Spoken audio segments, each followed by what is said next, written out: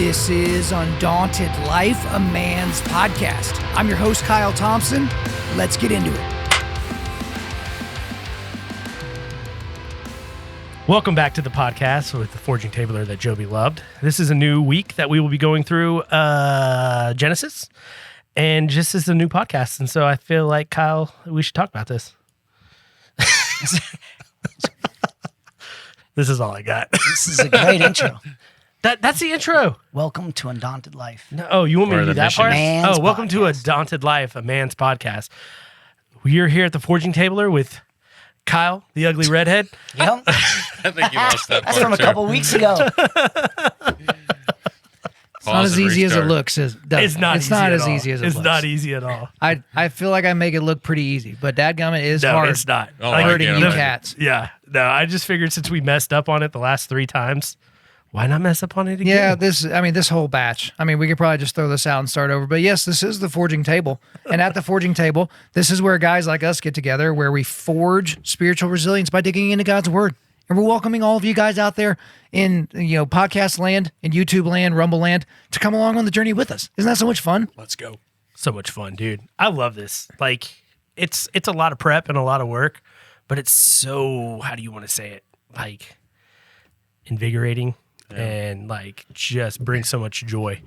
That way I could sit here with my brothers and just talk about the Bible, talk about the word. And we just have so much fun doing it. I find I have more conversations throughout the week when I'm preparing for stuff like this. Yeah. Whether it's with the guys I work with or whatever. I mean, it's rewarding. Yeah. Yes. Well, and I'll say, like, before we got the idea to do the forging table, it was like I didn't have any conversations like this. Yeah. No. Like I was kind of out of the cadence because I was doing stuff for the show, and so I wasn't in like a regular standing men's Bible study. Mm-hmm. Our Sunday school is not exactly like this. It's not like super. Sometimes we'll break up and do questions and kind of interact with one another in that way. But you're getting 3-4 minutes, and then you got to come back Yeah. and hear the person talk some more, and then 3-4 minutes, and then come back. So I mean, I wasn't really doing this, but I get excited every month to do this. I mean, for years now, we've been once a month getting in here and recording a whole batch of these to put out for guys. And I mean, I still get emails, and when people come up to me at speeches or things like that, they're just like, they always talk about the forging table because they're like, oh my gosh, I didn't know just regular guys could kind of get together and do this. And that's what I tell people that come on here. Like, if it's your first time coming on, it's like, dude, it's just a Bible study. Yeah, I mean, you got headphones and a mic in front of you, but like, this isn't a performance. Like, you just had a Bible study. We're just putting out there for, content for other people to look at. Did we start this, 2 years ago? Or has it been Let me 3? see when the very first one was. I think the first one, what did we do? Galatians? Yeah, we did Galatians. But All I right, just let me look. remember you bringing us and a couple of the OGs when we first started this and saying, hey, this is something I kind of want to bring to the podcast. And we're like, this is an amazing To the idea. table. Yeah. And he's like, I'm going to call it the Forging Table. And I was like, money. Forging. The first one was released on January. 1/1/2023. Oh, wow. 23. So it's been 2 2023. years. Yeah, so we're over the 2-year mark. And we released the Daily Blade on 1/1 Yeah. of 2025. And so that's That's done. been pretty edifying too. Man, that is done exceptionally well. It was kind of part of the plan was to launch at the beginning of the year. And hey, what about the guy that's on the way to the job site or on the way to the gym, and he doesn't have an hour to listen to a sermon, or 3 hours to listen to this thing or that thing, and he just got 5 minutes and he needs something real quick. And so that's what the Daily Blade has done for a lot of people, and for Joby and I to just be able to be in the Word, to be prepped for that, so that we can give content to men that is going to be edifying to them and help them along the sanctification process. And same thing with the forging table. Like, you can't stray too far away from the text, because in another 4 weeks, we're going to be doing another batch. You know what I mean? Yeah. And that's what one thing that I love about the Forging Table too, and I was just talking to my wife about it, was just the people we've got to meet along the way, like Joby, being able to be on the Forging Table with Joby, and sometimes getting chastised by Joby for not getting stuff right. Yeah. Shame on you. Yeah, I love it. And Matt Chandler, that Terry was a fun one. Fakes. I didn't get to roll with Terry, but And Jay Reisner from our church. oh, dude, Jay. that Yeah, was that fun. was Jay. fun. Yeah, he always smells me when I come by. Yeah. church. Does he really? Yeah, he does. He's like, and then I was like, you can't smell it. You're still dealing with COVID. He's like, yeah, I know. So, Yeah, he's still having problems with smelling it, yeah, doesn't he he? hasn't been able to smell anything for years because of Like- it. I still I still can't smell things. Like, I can change my kid's diaper and I'll be fine. He doesn't wear one anymore, but Then why are you complaining about the fart earlier, right? Well, You're saying that you needed like, I can smell farts. I just can't smell baby poop. how exactly does that work? It was just all musky, man. It just smelled musty. I've heard Why of am- selective hearing. I've never heard of selective smell. selective smelling. Well, I'm actually I curious. was actually talking about when I changed his diapers. He doesn't wear diapers anymore. I can actually smell now. A lot better than I used What to. about your diapers when you change them? Are they? My diapers? Do they? It's your own smell. Yeah, It's my own smell. It's like you. it's your own musk. I mean, you smell your own farts. Like I can imagine, like you let one go. You say that like you have knowledge. That's like a thing I do. It's like my I can just pastime. imagine, like you're sitting in bed, you're like, and then What? just like stick your head under I'm the Dutch covers. ovening myself. That's what you think I do with my off time? Not with your Golly. off time. I just think that's what you do. When you No let wonder one go. Lady Horn doesn't listen to this nonsense. But I do have a question for you two guys.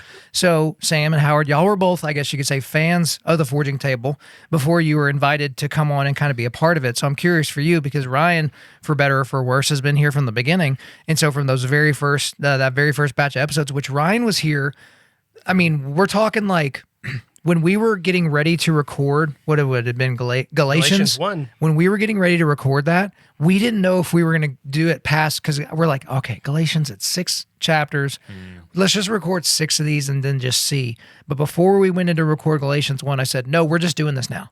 Because the level of prep that I was doing to get into it, I was like so excited to get into the room and see what this would be. And I had a little bit more restrictions on it at the beginning. I'm like, okay, let's not do a lot of inside jokes because no one's going to get it. And we've super loosened up, so it's gone well beyond what I could have thought. But he's been there since it was just kind of an idea that didn't even have a name, that we didn't even have a table, didn't even have any of the setup. And so y'all kind of got to see that from the outside looking in. But now you're in. So we'd love to get your thoughts on the Forging Table as well. I didn't know it'd been going 2 years. I thought this was the second episode. Stop it, Sammy. Get out This of will be here. the 4th episode that Yeah. you've been on for the second time. He doesn't That's even remember it. Lots of It's my concussions. selective this one. smelling. Few too many. Only 3 that I can remember. How many did you say you've been on? This is his It's the 8th second time week. here. Yeah, so this is his We're doing 8th it episode right. that he's done. Okay. So I guess this would be your like, 12th. Yeah. So I would say, looking back, like I mean, we're in a Sunday school class together, not ABF, Nope. and Get out. so I knew about the podcast and then started listening to the Forging Table, and to just see how it's grown and developed has been a really cool thing to sit back and look at and see how we've all grown in our faiths and how this kind of helps mature us. When you're in the Word. We always tease Kyle in our Sunday school class because we have a fairly large Sunday school class, and we talk about when we need to thin out the herd. In our Sunday school class, we have Kyle get up and speak because he brings the truth. So it's been neat to see how Kyle has brought so much of that stuff from here to the Sunday school class, and it's really neat to see him bring some of those things that you wouldn't typically talk about in a Sunday school class. And the people Kyle talks to on these podcasts and bring that to our Sunday school classes has really helped grow and mature a lot of people and opened up our insights to things going on in the world. So I'd just say it's been a good blessing, and it's been neat to see it grow you and grow our church as well in the community. Well, it's even been great just to see, because I get to see kind of where everyone's at, because at the end of the day, this isn't a democracy. Like, I'm going to say whatever the next book is and all that, but I do want kind of feedback, like, hey, where are we at? What cadence are we in? You can only do a first gospel for the first time once. And so when we went into Matthew, that was like, we were really thinking through it, really praying through it. And then like, okay, at some point we got to go back to Genesis. And so we just roll from Matthew right into Acts, but then we take a John over to Genesis, and we've been in that for a while because, man, I was looking through the Old Testament this morning, and it's like, if we do anything in the Old Testament, we're basically in it for a year, right? Yeah, If we do Exodus, if we do pumped Isaiah. when you did Genesis, though. Yeah. Oh, I was You pushing decided for that one. I was excited.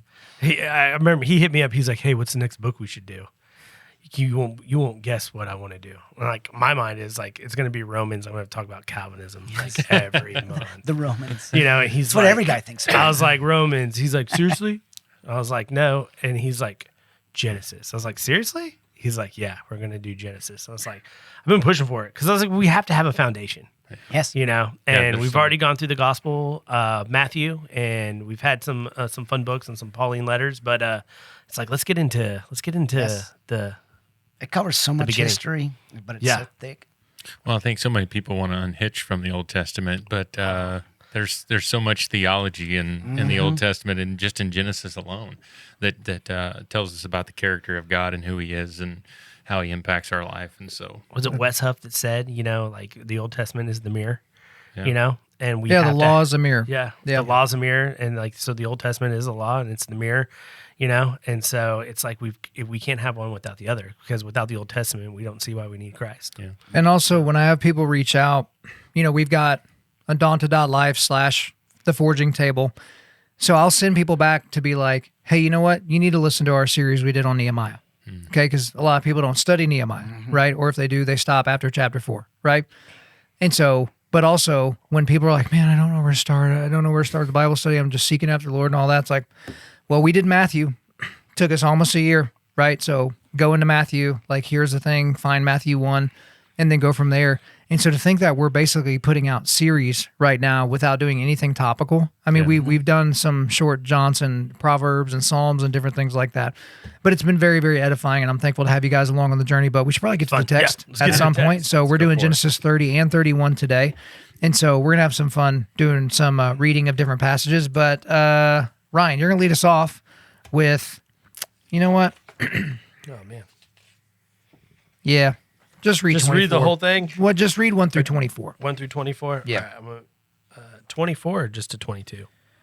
Oh wait, no, there's 24. My bad. Yeah, 30. I can't read good. Yeah, Genesis 3. He wants to be the leader Genesis. again. Yeah. Let him back in there. He's trying to get my chair, right? Welcome to the podcast. See, the because I always have Fortune to Table have Jim him we love. right here in case something goes wrong, and Howard has to be in the corner because he's enormous, and so it's like we can't. Honestly, I could never do your job. Like, we joke about it. I don't want to do it. You tried. Dude. You gave it your best shot. We were just trying to. We were just having some fun. I don't mind being the color. You can be the commentator. So That's right. Fair enough. Yeah. Let's go. Let's do it. All right. When Rachel saw that she bore Jacob no children, she envied her sister. She said to Jacob, "Give me children, or I shall die." Jacob's anger was kindled against Rachel, and he said, "Am I in the place of God, who has withheld from you the fruit of the womb?"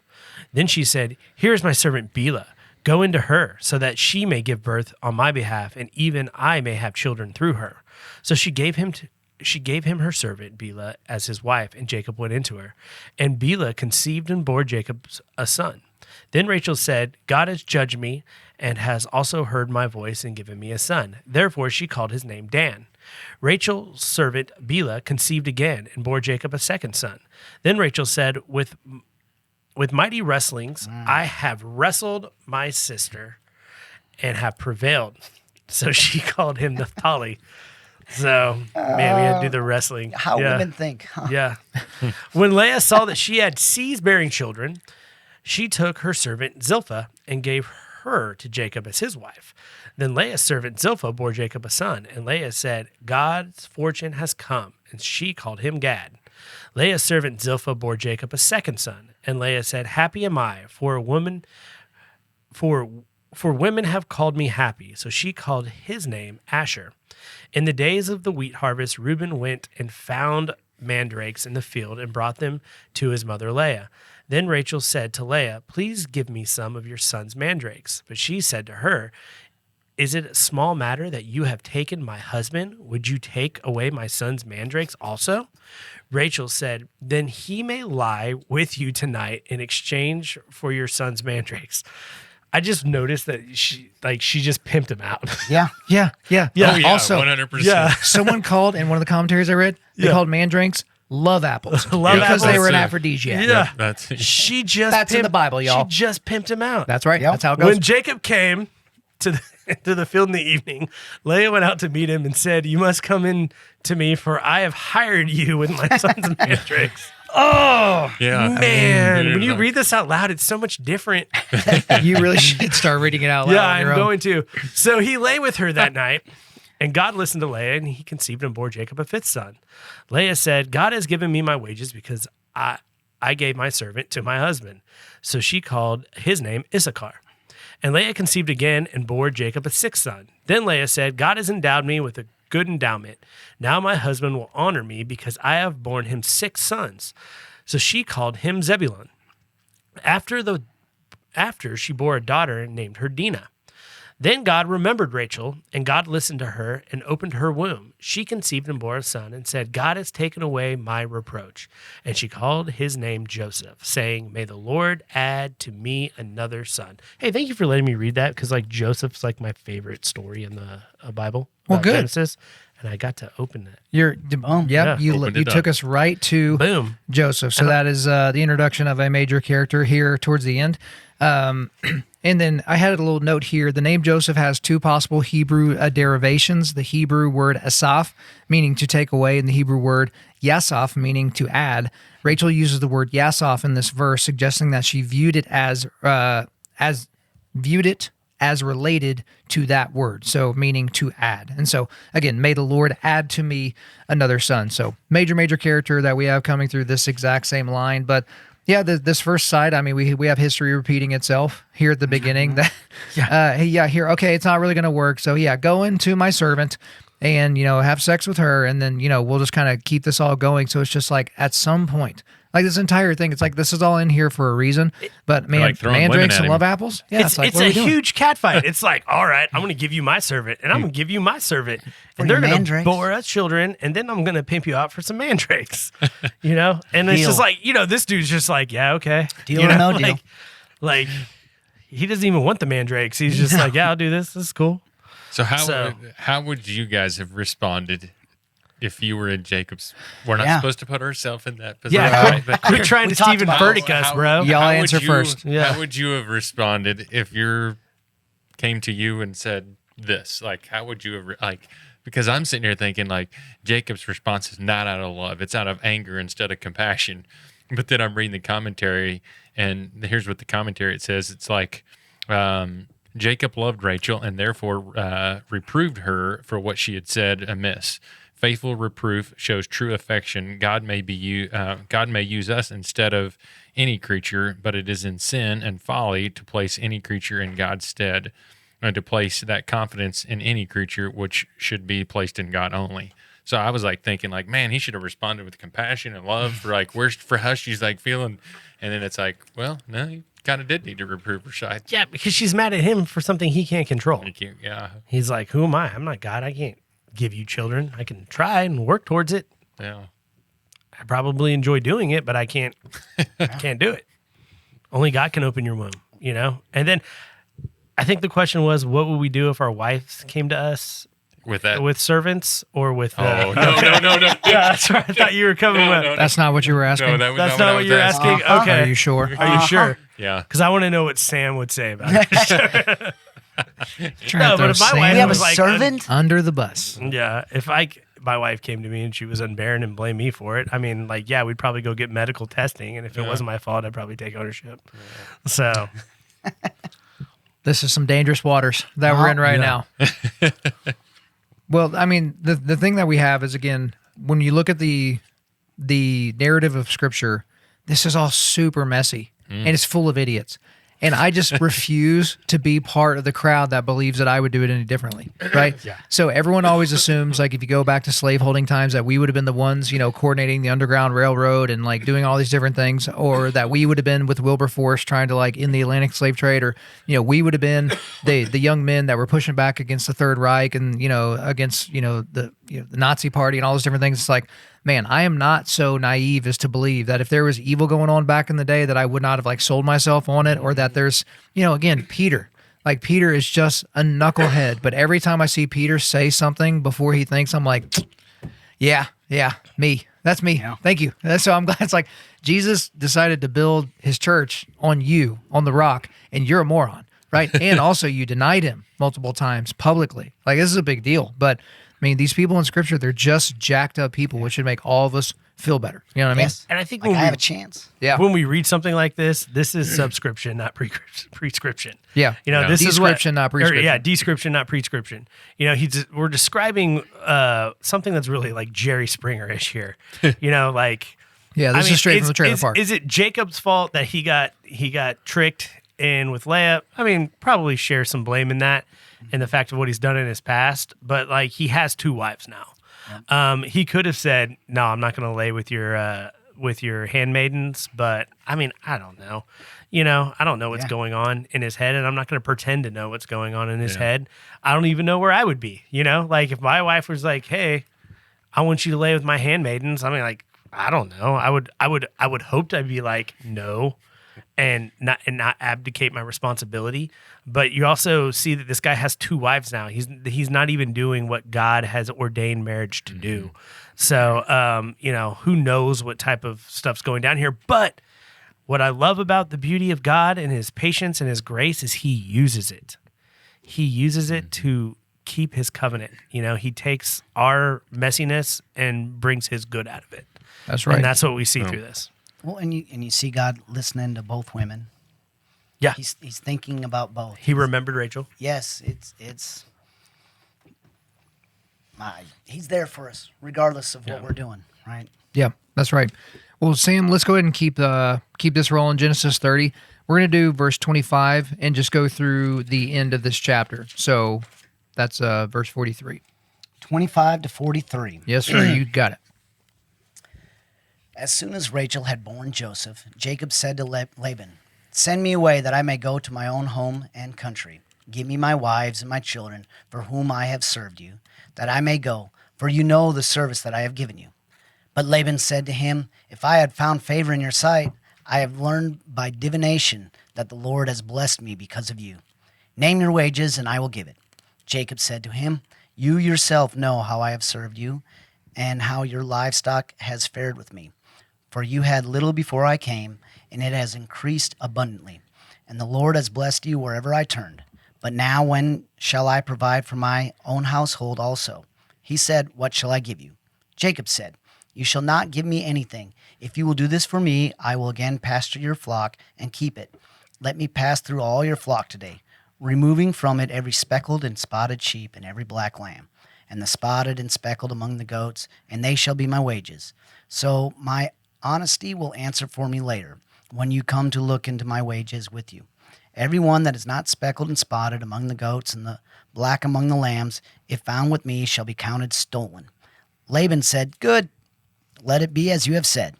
But that day Laban removed the male goats that were striped and spotted, and all the female goats that were speckled and spotted, every one that had white on it, and every lamb that was black, and put them in the charge of his sons.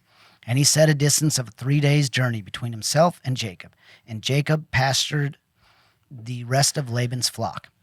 Then Jacob took fresh sticks of poplar and almond and plane trees and peeled white streaks in them, exposing the white of the sticks. He set the sticks that he had peeled in front of the flocks in the troughs, that is, the watering places where the flocks came to drink. And since they bred, when they came to drink, the flocks bred in front of the sticks, and so the flocks brought forth striped and speckled and spotted. And Jacob separated the lambs and set the faces of the flock toward the striped, and all the black in the flock of Laban. He put his own droves apart and did not put them with Laban's flock. Whenever the stronger of the flock were breeding, Jacob would lay the sticks in the troughs before the eyes of the flock, that they might breed among the sticks. But for the feebler of the flock he would not lay them there. So the feebler would be Laban's, and the stronger Jacob's. Thus the man increased greatly, and had large flocks, female servants and male servants, and camels and donkeys. All right. I'm going to turn it right over to y'all. I don't have a whole lot man. there about speckled and striped Yeah. goats. So, I mean, I saw some stuff in commentaries. Nothing was that interesting to me to write down. Not to say that it's not important. But I'd be very curious if there's something they eat that makes it. Yeah, there's look at the prosperity that God puts before Jacob. That even Laban, who's basically not a true believer in God, sees God's glory.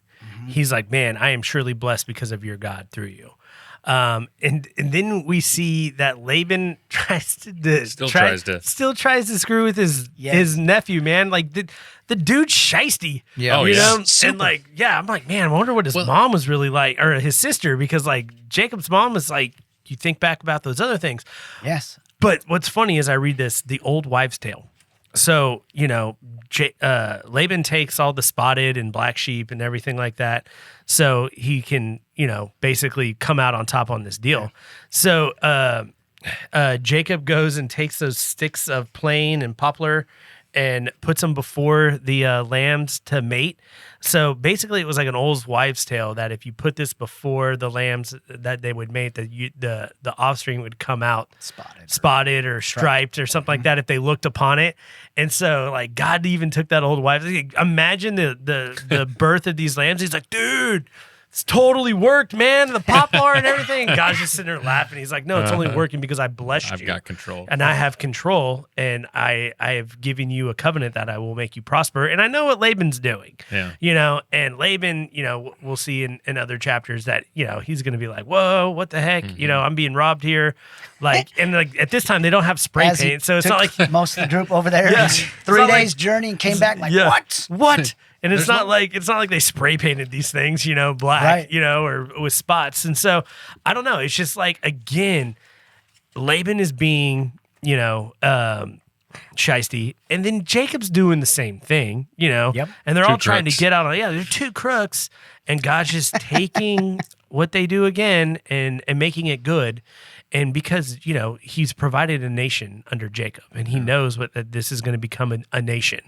And so, and Jacob's going to have to take off. And at some point, Jacob's going to have to take off and head back to his homeland. And who's at his homeland?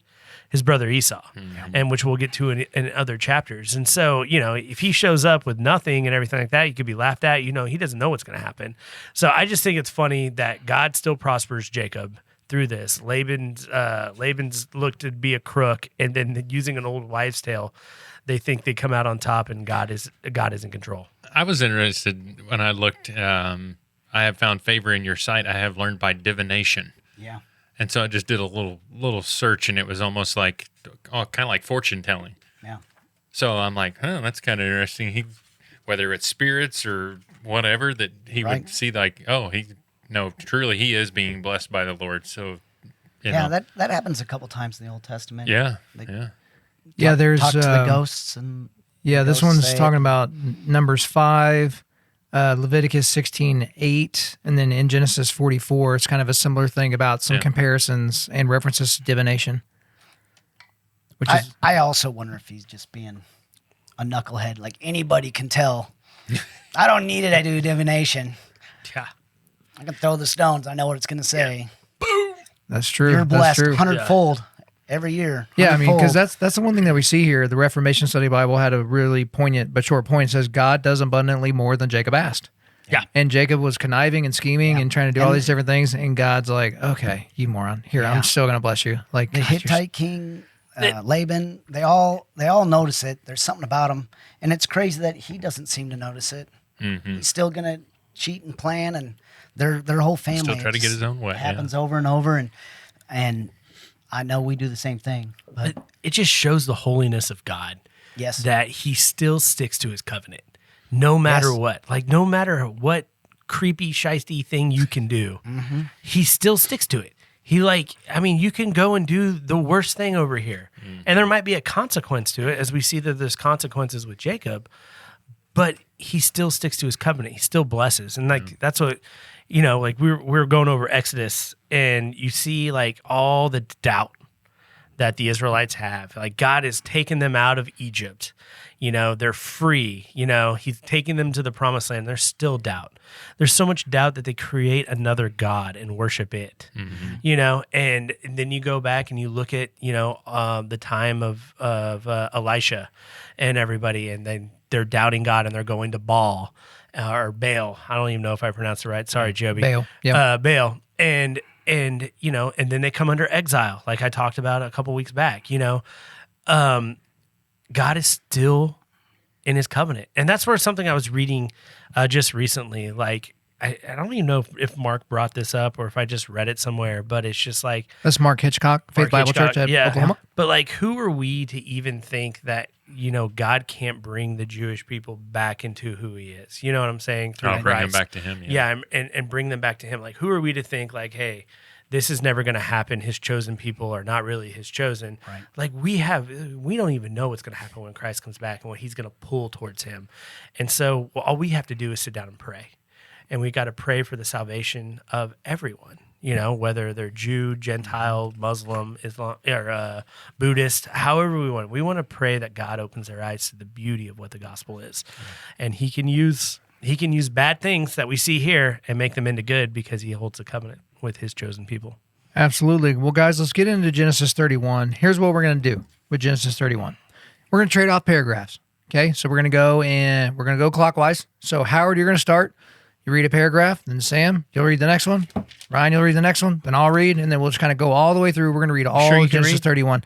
We're about to find out if I can read out loud. I can read for you. Man, I hope I get some of the worst names possible. I'm just going to confidently and quickly say I just them. want to hear you say sorry, Joby. Sorry. It's happened a lot. Let's just be honest. All right, well, here we go. Verse 1. Lead us off. Now Jacob heard that the sons of Laban were saying, Jacob has taken all that was our father's, and from what was our father's, he has gained all this wealth. And Jacob saw that Laban did not regard him with favor as before. Then the Lord said to Jacob, return to the land of your father and to your kindred, and I will be with you. So Jacob sent and called Rachel and Leah into the field where his flock was, and said to them, I see that your father does not regard me with favor as he did before, but the God of my father has been with me. You know that I have served your father with all my strength, yet your father has cheated me and changed my wages 10 times. But God did not permit him to harm me. If he said, the spotted shall be your wages, then all the flock bore spotted.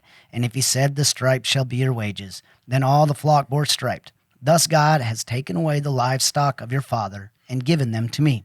In the breeding season of the flock, I lifted up my eyes and saw in a dream that the goats that mated with the flock were striped, spotted, and molded. Then the angel of God said to me in a dream, Jacob. And I said, Here I am. And he said, Lift up your eyes and see. All the goats that mate with the flock are striped, spotted, and mottled. For I have seen all that Laban is doing to you. I am the God of Bethel, where you were anointed a pillar and made a vow to me. Now arise, go from this land and return to the land of your kindred. Then Rachel and Leah answered and said to him, Is there any portion or inheritance left to us in our father's house?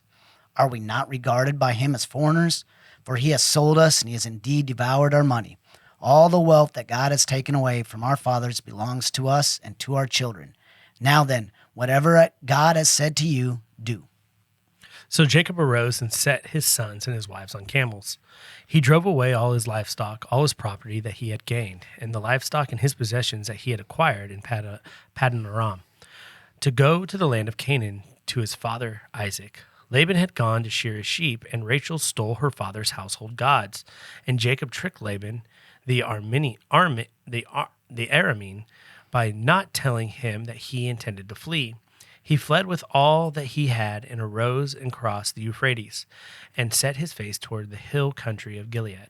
When it was told Laban on the third day that Jacob had fled, he took his kinsmen with him and pursued him for 7 days and followed close after him into the hill country of Gilead. But God came to Laban the Aramean in a dream by night and said to him, Be careful not to say anything to Jacob, either good or bad. And Laban overtook Jacob. Now Jacob had pitched his tents in the hill country, and Laban with his kinsmen pitched tents in the hill country of Gilead. And Laban said to Jacob, What have you done that you have tricked me and driven away my daughters like captives of the sword? Why did you flee secretly and trick me and did not tell me, so that I might have sent you away with myrrh and songs, with tambourines and lyre? And why did you not permit me to kiss my sons and my daughters farewell? Now you have done foolishly. It is in my power to do you harm, but the Lord of your God, your father, spoke to me last night, saying, Be careful not to say anything to Jacob, either good or bad. And now you have gone away, because you have longed greatly for your father's house. But why did you steal my gods? Jacob answered and said to Laban, Because I was afraid, for I thought that you would take your daughters from me by force. Anyone with whom you find your gods shall not live.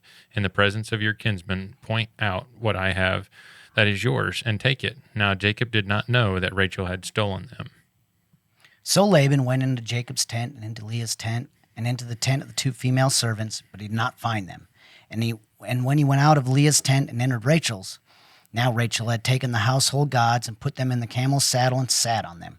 Laban felt all about the tent, but not find them. And she said to her father, Let not my lord be angry that I cannot rise before you, for the way of the woman is upon me. So he searched, but did not find the household gods. Then Jacob became angry. Ooh, that was close. Bat. I was in the zone. Ryan. Then Jacob became angry. I wasn't going to stop him. He was on a roll. It was a little scary. Then Jacob became angry and berated Laban. Jacob said to Laban, "What is my offense? What is my sin that you have hotly pursued me? For you have felt through all my goods. What have you found of all household goods? Set it here before my kinsmen and your kinsmen, that they may decide between us two. These 20 years I have been with you. Your ewes and your female goats have not miscarried, and I have not eaten the rams of your flocks. What was torn by wild beasts I did not bring to you. I bore the loss for it myself. From my hand you required it, whether stolen by day or stolen by night. There I was by day. The heat consumed me, the cold of night, and my sleep fled from my eyes. These 20 years I have been in your house. I have served you 14 years for your 2 daughters and 6 years for your flock, and you have changed my wages 10 times. If the God of my father, the God of Abraham, and the fear of Isaac had not been on my side, surely now you would have sent me away empty-handed. God saw my affliction and the labor of my hands and rebuked you last night." Then Laban answered and said to Jacob, "The daughters are my daughters, the children are my children, the flocks are my flocks, and all that you see is mine. But what can I do this day for these my daughters, or for their children whom they have borne? Come now, let us make a covenant, you and I, and let it be a witness between you and me." So Jacob took a stone and set it up on a pillar. And Jacob said to his kinsmen, "Gather stones." And they took stones and made a heap, and they ate there by the heap. Laban called it Jegar-Sahadutha, and Jacob called it Galeed. Laban said, "The heap is a witness between you and me today." Therefore he named it Galeed, dang it, and sorry, Joby, and Mizpah. For he said, "The Lord Dadgummit. I got through Jegar-Sahadutha, and I just fell to pieces afterwards. Come on. Oh, good, man. All right. Here we go. Weak. Therefore he named it Galeed and Mizpah. For he said, "The Lord watch between you and me when we are out of one another's sight. If you oppress my daughters, or if you take wives besides my daughters, although no one is with us, see, God is witness between you and me." Then Laban said to Jacob, "See this heap and the pillar which I have set between you and me? This heap is a witness, and the pillar is a witness that I will not pass over this heap to you, and you will not pass over this heap and this pillar to do harm. The God of Abraham and the God of Nabor and the God of their fathers judge between us." So Jacob swore by the fear of his father, Isaac, and Jacob offered a sacrifice in the hill country and called his kinsmen to eat bread. They ate bread and spent the night in the hill country. You know what? I'm actually going to blame Sam for ruining my mojo, because right after I got through saying Jegar-Sahadutha, Sam goes, "Yeah, like you did it. And so I felt like the race was over, right? So I was sprinting through the false, finish line. I've been there because I don't pronounce Did I them just very get well. blamed? Yeah, Yes. you get blamed. What? Yeah. I don't pronounce them very well, and I wanted to high five you, but I didn't want to take you off track. Sam, I was so, like, yeah, "Dang, man, he Sam's got like, didn't mind. Gotta wait Screw till the Kyle. race. Jagar Gotta wait till the Sidutha. race. I couldn't even get fecal, man. Yeah. So We're back there. That was like a month ago. I was still sounding it out. Yeah, that's all right. Just say it quickly and with confidence, and everybody will just pretend like it's true. So Genesis 31. That's we still got a little Hey, part. somebody's got to finish Early in the 55. morning, My bad. Laban arose and kissed his grandchildren and his daughters and blessed them. Then Laban departed and returned home. Obviously, that's very important. Sorry, we skipped the 51st verse there almost. And I'm just so glad that we're going to be ending this batch before Sam gets the chance to get into Genesis 32, where Jacob wrestles Yeah. with God. It would have made perfect sense for the wrestler, the Olympian, to be here for the wrestling week, but you're not on for the next batch, Sam. Sorry Man, about you. The one I would have been prepared for. Yeah. Yeah. Of the entire Bible, Well, this was the one that you That's deserved. The one. There's a chance I could get sick, so Just for 1 There's a hour. chance I could- I'd be like, "Hey, I got laryngitis. Oh. I got laryngitis for an hour." I'll jump in. Are you for on the 1 next hour. batch? I'm on the next batch. It's like 2 weeks. Oh, yeah. There's, Yeah. hold out hope. It could absolutely work out. Could happen. Could be. Guys, Genesis 31. Let's get into some thoughts and some things we learned with Genesis 31. Man, there's so much there. There's so much. There's so much. Well, Jacob finally realizes he's being cheated all the time. Yeah. So he gets a taste of his own medicine. And I don't know. This is where he's going to take off. So he's his own man now. Like, does he Yeah. need his father-in-law's permission to take off?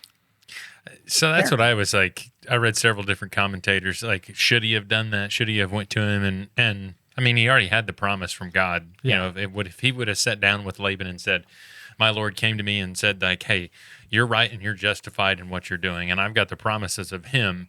If he would have sat down face to face and had that heart to heart conversation, how would it have come out? Yeah, well, God told him to Leave go. it, leave it up to God, right? I imagine it would have went well. I mean, God talked to Laban too. Yeah. So if he had planned it, God would have probably talked to Laban. But they're knuckleheads like us. And I do think they're awfully powerful men. And he says, like, you only held back because of my father Isaac. Like, he's a powerful guy too, and he's got all his people. And you didn't want to start a war between families, and so you didn't mess with me more than 20 years worth of messing with me. It's kind of crazy. Don't get mad at me about this, but I've been in your position. Turn it towards him. There you go. Talk into the mic. Got it. Into the mic. You're talking to the worst microphone guy. It took me about 6 months to get Ryan fully trained. He'd call me when I'd be on like business trips driving back somewhere. You got a moment to talk, and I'd have to listen for about 30 minutes about how bad I am with the mic.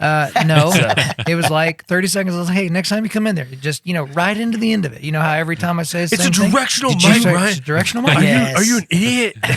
No, because Sam didn't do this. But Did you hear Ryan the new would just, podcast came out today? What's that? Yeah, you were talking into the mic. Yeah. No, get it. because Ryan would just kind of trail off and he'd be over here kind of talking, and I'm like, Yeah. and I would to like make eye push him contact. back in front of it. It's like, Yeah. you have headphones, but you've been great. You've been great for I like a know. year and a half. You've been crushing. I just knew you I were in think- there, and yes. I wanted to help you out because you were trailing What's off funny a little is I bit. was I literally get it. about to reach over there. Were you I really? get Yes, I did excited. it. That's how much he's like trained me. We're on the Yes. same wavelength So, now, yeah. right? Yes. It's because we both have competing essences now, but now they're kind of molding together. Viking and Cool Water have conjoined Yes. in this The moment. cool Viking. Well, I right can there hear it when is. you The cool guys are off Viking. the mic. Cool Viking water. I can't hear when I'm off the mic. You know what? We should release a scent. The official scent of the forging table. Cool Viking water. Cool Viking water. How many lawsuits can we get in one product? cool Viking? We literally just pour them together. Does that work? I don't in the know. world You can- of perfumery? You can. Have you ever made?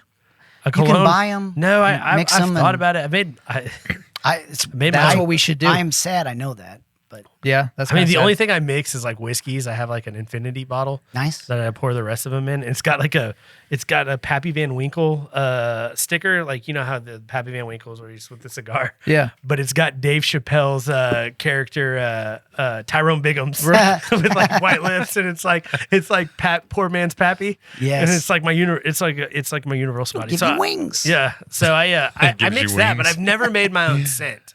And you know what? I honestly think I'd screw it up. Yeah. So I won't ever try. But Sam, let's go back to this whole thing that that do they sell like kits? They sell Like- kits.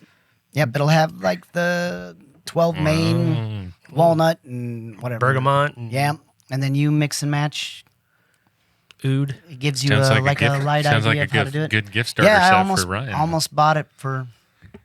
I feel buddy. like the next time that this is the group for the forging table, that's what we do for the first little bit. We just break it out right here, and we see if we can We make make the our own official scent. scent. Who's got the best Oh, essence? and then we have to have Lady Thompson come up and smell it. Lady Thompson could come up Yeah. and judge. Yeah. We could blindfold, I mean, right? So she No, Do you can think ooh, it's- she do can't see Do you think who's it's it. ready right then, or does it gotta sit for Marinate in a its couple? essence. Yes. How long does it take oils Well, to mix? if we decide to do it and it takes a while, I say we do it before we tape.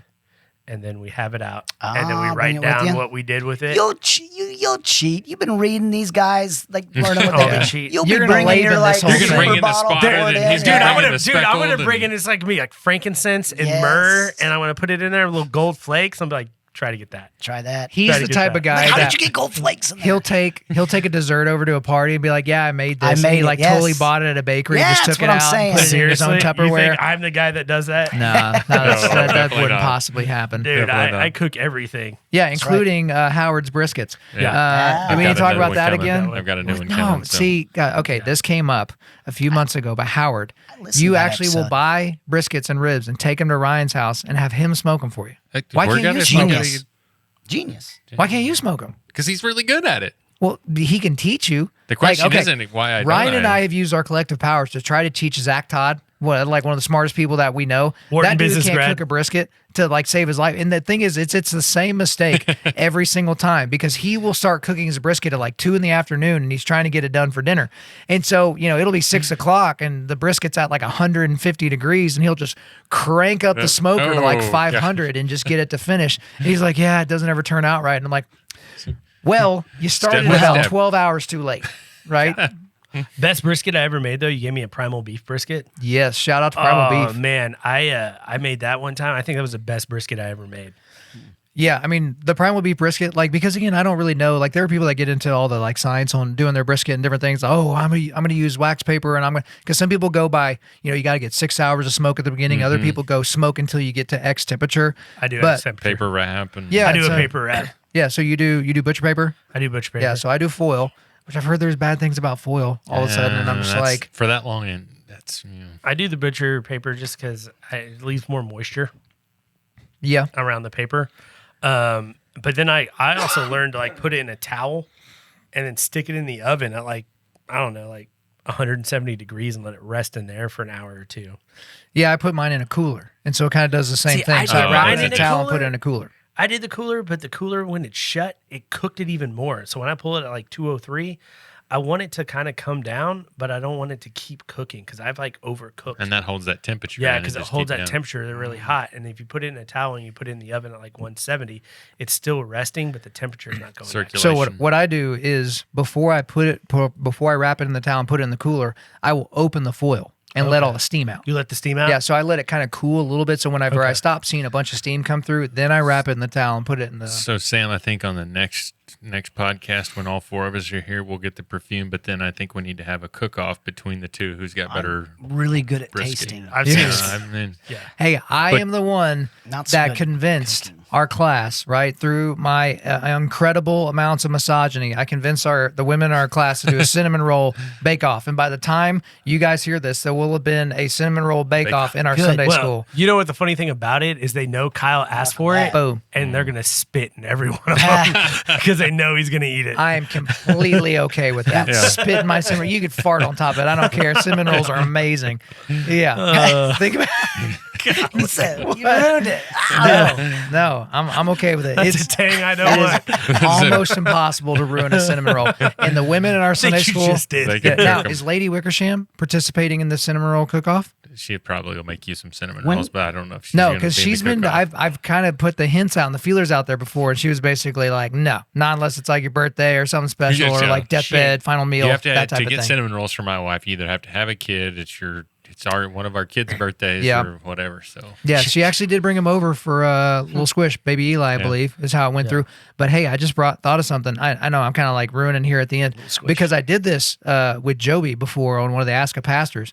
But I'm always curious about this because it gives me some insight into different people. So I'm kind of morbid, and I do think about like, oh, what if I was on death row for something and I'm about to eat my final meal? What, Ryan? Are you not like feeling this thing? Have you had to do this before? No, I just figured it was the baby Hitler thing coming No, up again. So I was like, man. screw that baby. I'm bouncing that baby down the stairs. People that don't get that joke are like, what did just happen? So this is what I want to know. This is a scenario. You are on death row. This is your final meal. Okay.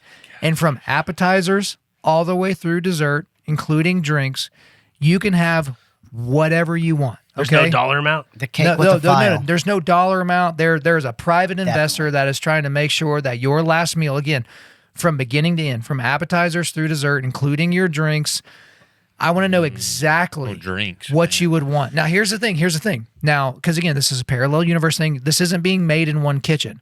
So this could be like, you know, your favorite restaurant, like Charleston's croissants, right? Boom, that's your appetizer. Okay, and then like the dessert can be, you know, your grandmama's, I think Joby's was like his grandmother's chocolate pie, like that type of thing. From beginning to end, this is your last meal on earth, fellas. Sam, I want you to go first. For whatever reason, I feel like you're going to have a definitive answer. But again, you get appetizers. You can have, you know, like a little pre-meal soup. You can have your normal, your actual dish. You get the dessert. What are you drinking, right? Those Man. types of things. Hit me with it. Well, my first thought was like water, cutting weight. Like when things got tough, like water is the one thing I wanted. And you were like, life and death. And I'm What, like, water. You want like glacier It's water? like, that went straight to He wants like, Evian. you brought me back. with Bro, that. you've got some PTSD from weight cuts, brother. Yes. My wife will get mad at me now and then. She's like, why are there all these water bottles in your car? And I'm like, listen, you make promises to You never yourself. know. You never know. You cut that hard. Never not near water. Yeah, that was my first thought. But probably a good steak. No, we got to ice get cream. specific. Oh, What cut of steak? What are our I sides? would want like a rare plus, man. Last nice meal. big T-bone would probably be Okay, good. big T-bone. Let's go. And a lot of ice cream. I'm an ice cream A guy, lot of man. ice cream. Okay, what kind of ice cream? All What of kind? them. Just all the ice cream. Cookies and cream. Okay. Anything chocolate, peanut butter. Bam. All of them. I would do a bunch. Probably be a lot of sweets and a lot of water. Okay, lots. The water thing is so funny. water. Maybe That's the I'll- most wrestler I'm thirsty thing. right now talking about it. I got thirsty. Yep, that would be Yeah, I'm we ready got for we it. got extra waters. We Oh, got I more water one. for you. I've been chugging it. Okay. Yep.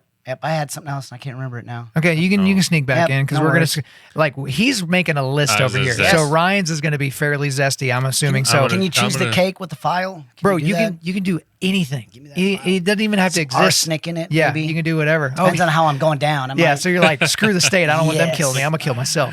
Oh, All gosh. right, Howard. From beginning to end, give us your meal. Oh, for breakfast, we're going to start with my wife's maple pecan scones. there you go. Okay. Fresh out of the oven, buttery, flaky. I They did are not- fantastic. I could have gosh. plugged my wife. That Yeah. was Man, Okay, that I was lost just- my chance. Yeah, you did. Yeah. So that's going to start out with that, and then we're going to have biscuits and gravy Okay. with some amazing biscuits she makes. So that's going to start, and then we're going to have a lot of eggs and bacon. Okay. A lot of eggs and bacon. So then we're going to move into the lunch, and we're going to have. So you're having a full day here. I was saying last meal. No, you're getting a full like, day. I'm getting a full day. Okay. I'm getting all those meals. Howard Then we're creating his gonna- own rules. Let's Then go. we're going to Yep. have a Reuben sandwich for lunch from Shapiro's Deli in downtown Oh. Indianapolis. So that's going to happen. what I'm Shout talking out about. Shapiro. Then we're going. Shout out. Then we're going to dinner at Mahogany downtown. There We're you going to go. have a good fillet, steak. the biggest fillet you could have. Gosh, and then I forgot the. They then got some we're- big ones there. They got And those then I'm tennis gonna racket then I'm gonna ones. top it off with my mom's enchiladas. There you go. Okay, and then we're gonna have homemade cobbler, Yes. What kind? homemade cherry cobbler. Cherry cobbler. And Amen. tons Dude, of. is it a la vanilla mode? Did we get any vanilla- ice cream on that? Vanilla Better. ice cream. Okay, on get some top of vanilla on that. there. And we're gonna top it off with a nice scotch. What? Well, Yes. you got to give us which one. Again, money is no object. I'm not gonna pick it. I'm gonna trust my wingman there to make it for me. He's not. me? Man, Mr. I taught Horn. him what he knows about Scott. Yes. Well, you're not Yeah, gonna let well, me pick it. Hey, Damn. what would it so be? time out. When I was in Florida What and would I it be? had all my options, who did I text? You text I both of text us. both of you. What And did, I what did we texted both you say both. back? Hey, Yeah. Did we both say Same. the same one back? What did we say? It was the Stag Junior, which was absolutely amazing. It was Stag Junior, and what was the other one? Midwinters. No, I don't think it was Midwinters. I can't remember what it was. But Yeah, remember what it but I went yeah, with the Stag Junior, and I trusted my wingman. So, Good choice. Yeah. good choice. What was That's the my one day. you told me to the reserve? You were at some place. Yeah, my buddies. Yeah, Barry Switzer was there or whatever, and like you just so the number of times people have sent a picture of whiskey on Yes. the wall or at a bar or something like that, and they're like, I "What should bet I you get get?" it all the And I time. literally just take a screenshot and start circling the ones, and I may even put them in order. great Like, how many are you idea. gonna have? 3. Okay, 1, 2, 3. Do it like that. Ryan, I've tried to buy as much time for you as possible because you are Oh, I'm still ready. working over here. No, Okay, man, you I ready? could All go. right, let's go. Let's All go. right. Final meal. So my final meal is going to start off with an appetizer. The drink is going to be a mezcal tequila smash with ahi tuna poke Ooh. that's a and good choice. sashimi yellowtail with a little bit of siracha and a little with a little bit of sauce on there. Okay. And then we're going to move on to a Michner's rye. Oh man, I'm trying to remember. It's a The 10-year-old rye. it's a 10-year-old rye. I think did you have some at my house? I had some of this. You had it. We opened it for my birthday after. So there's a regular Oh, Michter's rye. but yeah. there's No, this is a Michner's. Oh man, I'm gonna look it up real quick. it's worth it. Let's go. Yeah. I forgot to Because add there's my a shrimp 10-year-old rye. cocktail. They have a 10-year-old Shrimp bourbon, which is cocktail from St. fantastic. Elmo's. Cocktail would be The good. toasted rye. Toasted rye. That's Thank right. you. That's it. Okay, boom. Michner's toasted rye. Got it. With a A5 Wagyu ribeye. Ooh. Wagyu. Yeah, you gotta have Wagyu, and then Oklahoma, if you're doing Wagyu Gotta go A5, Oklahoma. you got to go medium on it. You can't go medium rare. If I didn't do the Wagyu, I would do like on a bone-in ribeye, and I would probably go medium rare. If I was doing the fillet, I do Pittsburgh rare. There you go. If I was doing a bone-in fillet, but with sweet carrots and scalloped potatoes. And then for dessert, I would do sticky toffee pudding from Gordon Ramsay. I just Keep love telling that me. stuff. Okay. So good. And then I would follow that up with a Scotch. And honestly, I'd probably go with the Lagavulin 25 year, or no, the Lagavulin 30 year that Dwayne gave us at that At the tasting. tasting. Lagavulin 30? He gave us Lagavulin He 30? gave us a Lagavulin 30 year. I don't remember that. Dude, that was the first island. Oh, Remember in his vault. vault. Yeah. And like I tasted that for 2 days. Yeah. No, it was Lafroig. Lafroig Oh 30. yeah, it was Lafroig, not Lagavulin. Lafroig 30 year. That's Okay. what it was. Yeah. Well, so I would do that. I'm gonna be honest, I got lost in all of y'all's that I Water. forgot to even think about mine. Water. But hey, y'all wanted to go back because you forgot a couple of things. So give your wife a shout out, like for whatever thing that you yeah. would want from Rachel. Her French toast and her enchiladas are both. Okay. She has meatloaf called Not Your Mother's Meatloaf, Okay. and it's well named. Ma, 'Cause she was like, "You meatloaf." want meatloaf?" And I was like, "No." Like that was like a piece of meat in a loaf form, and I hated it growing up. Yeah. She's like, "Oh, it's called Not Your Mom's Meatloaf." Okay. All right. Very good. Yeah. Aptly Delicious. named.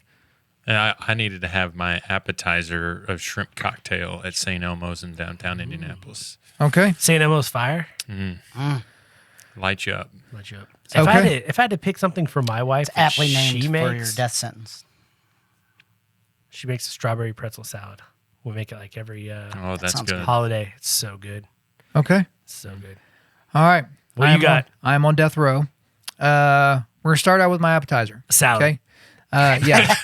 Caesar salad, wedge salad, croutons, It's what? death row. Absolutely not. It's gonna sound weird, but again, because we're in Fantasyland now, the bread from Outback Steakhouse, back from to the early 2000s. When it was good. That was my first job back in the day. So they had the bread there, and we would make it with all that. So that would be my appetizer. But I would also do some smoked chips and queso. So like chorizo, queso, with like the good chips, the chips that they literally just put these fat tortillas out there and cut them up and Yeah. fry them up. Not these like wispy little things that break off and get busted up in there. So we got to have chips and queso.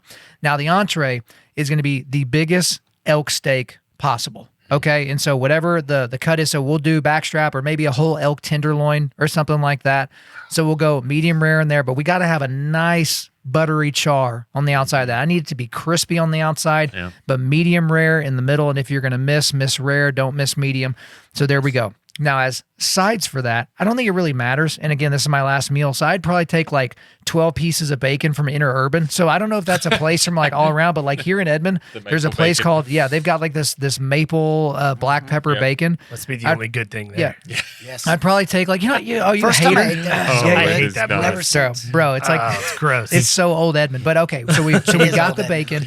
If somebody can make some really good mashed potatoes, right? And like I'm like a mashed potatoes and brown gravy kind of a person, but maybe have like a side chicken fried steak for my tenderloin, and then I've got mashed potatoes and brown gravy. But we're gonna go ahead and move on to dessert here. Oh, but what? I was What? gonna say, man, if they don't kill you, your cholesterol will. It's okay. Yeah, it might. And what I'm having with my meal, I'm having Pappy Van Winkle 20-year-old, which is my favorite bourbon. Okay, so we got the pepper on the bacon. Well, the seasoning that's going to be on the tenderloin is probably going to have a little bit of pepper on it as well. So that Pappy Van Winkle 20-year-old is going to help bring out a little bit of that pepper because it's got the red berries. That's part of the flavoring. But now we're getting into dessert. I've got two separate desserts. The first dessert is better than sex cake, and I've just had it different places where it's basically they make like chocolate cake with they put like whipped or it's like whipped cream on top, but then they put like broken up Heath bars or Butterfinger, all that, and then they poke holes in it and they pour like condensed milk in there, and then so Where it's do you get that at? I don't know if just you make get it it. somewhere. I think you just make it. You just make it. Yeah. But then I'm having three desserts, by the way. That's my cool. first dessert, which goes into my second dessert.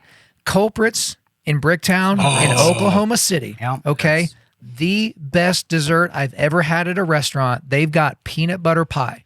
This is literally what happened when I went there. I was there with my wife. I take one bite of this pie and I literally look up at her and I say, "This is the best dessert I've ever had at a restaurant." After a single bite. Better than Okay? sex pie? Better, well, yeah, that they might as well call it that. It's called like grandma's, whatever. No, it's better than sex pie. But then the very last taste that will be on my lips in terms of dessert is my wife's banana pudding. She makes the absolute best banana pudding, and I think most people that have had it can attest. It's good. But I hate pudding and I like it. yeah, the final thing, final thing that is on my lips is going to be Lagavulin 25-year-old. Okay, so Lagavulin 25, only 8,000 bottles were made. Is Lagavulin 25 aged 25 years in a sherry cask. And that is what I got as a present from some friends of mine when James was born. So James was like 3 days old. I'm a dad, and some of my whiskey and scotch buddies got together, and they found me a bottle. Because again, there's only 8,000 that were made, and there's only a few thousand left that are even known in existence. They're expensive. They're hard to find.